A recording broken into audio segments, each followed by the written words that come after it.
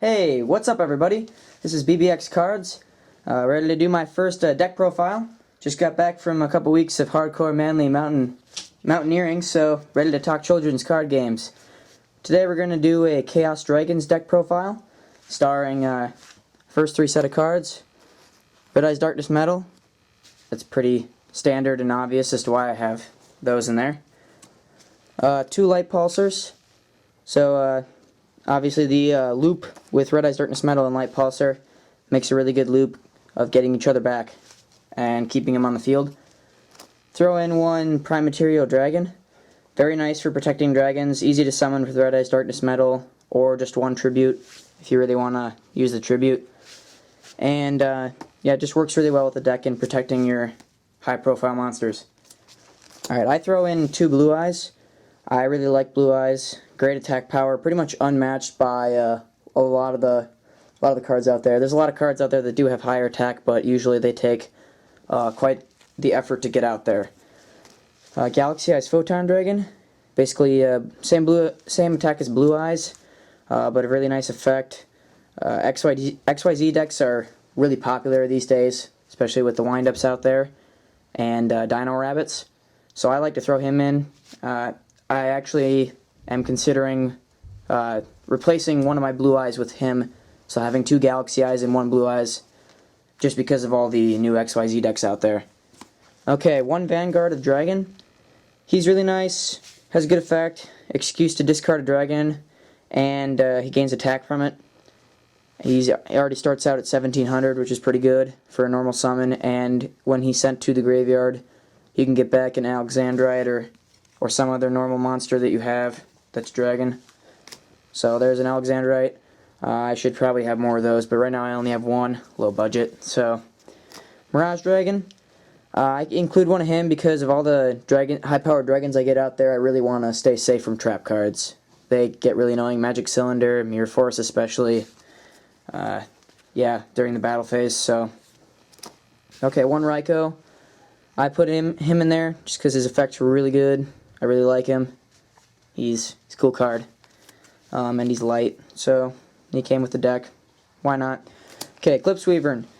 A lot of people think this is a really, really good card. Honestly, it's not as amazing as a lot of people think, because it takes so long to use. It's so situational that I just don't like it as much. So I just throw in one of them, simply because if I can get him to the graveyard, I can get very good stuff to my hand, like Red Eyes Darkness Metal, more easily. So I like him. Summon Monk. Usually use that to get out Eclipse Weavern. You can use it on other stuff too, but discarding a spell card is a bit of a pain. I might throw him out. Okay, Lady of D. Just found out about this card really recently. I did not even know it existed. But this card's really nice for protecting dragons from battle. Honestly, you might wonder why that's necessary, because of the whole, high attack thing. However, I can't tell you how many other times I've run across other dragon decks, or simply decks with high-powered monsters that kill my Light Pulsar by battle, and then are able to get rid of my Red Eyes Darkness Metal and stop the chain that way. So, the Calculator.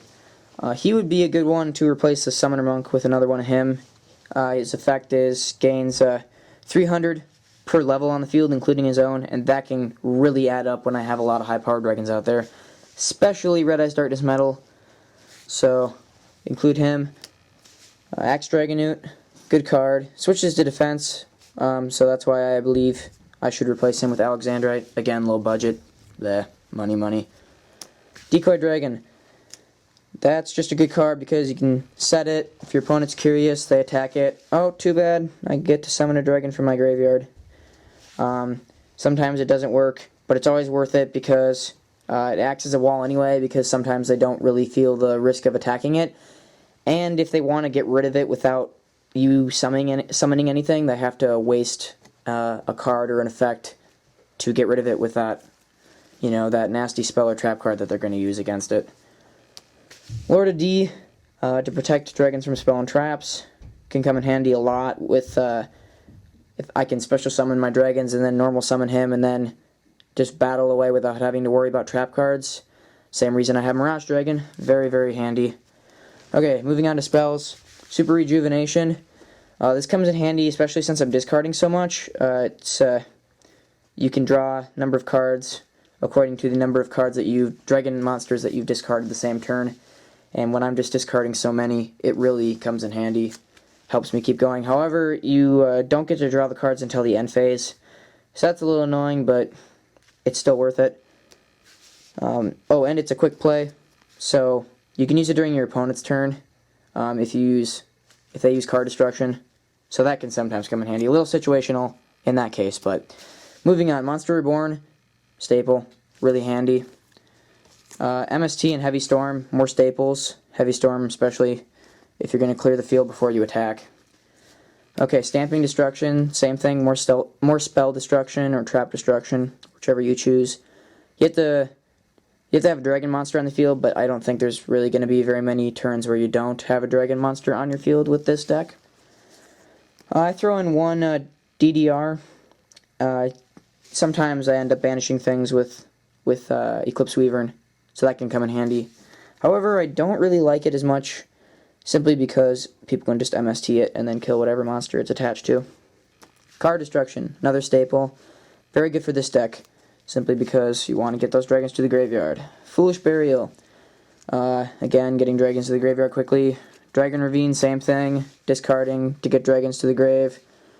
I don't use any Dragoonities, but that definitely comes in handy. Charge of the Light Brigade, to get cards to the graveyard and to grab my Raikou if I don't have him. Lightning Vortex. I usually save this for before I try my OTK. Can clear their field of any annoying things like Marshmallow or anything like that. Okay, moving on to traps.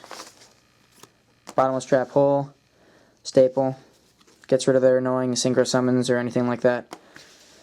Dragon's Bead, to protect dragons from effects during the battle phase. It's continuous. You do have to discard a card, which can become very annoying at some times, but I really like to have a lot of options of protecting myself during the battle phase.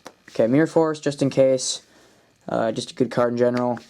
Dragon's Rebirth, I really like how easy it is to get dragons from the graveyard with this. Banish a dragon, special summon one from your graveyard. Really nice. I believe you can also from the hand.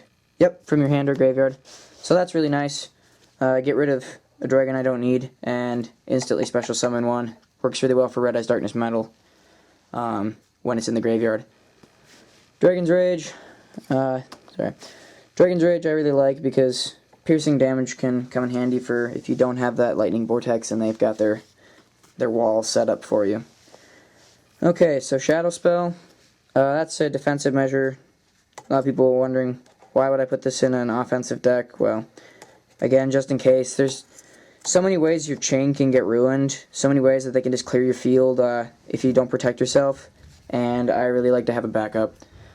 Another backup, Sakuretsu Armor, and another backup, Dimensional Prison. Really like that card. Okay, so that is my deck profile. Please comment, subscribe, whatever. Let me know what you think of it. Yeah, and I have not used this in a tournament before, but I plan on it. So, yeah.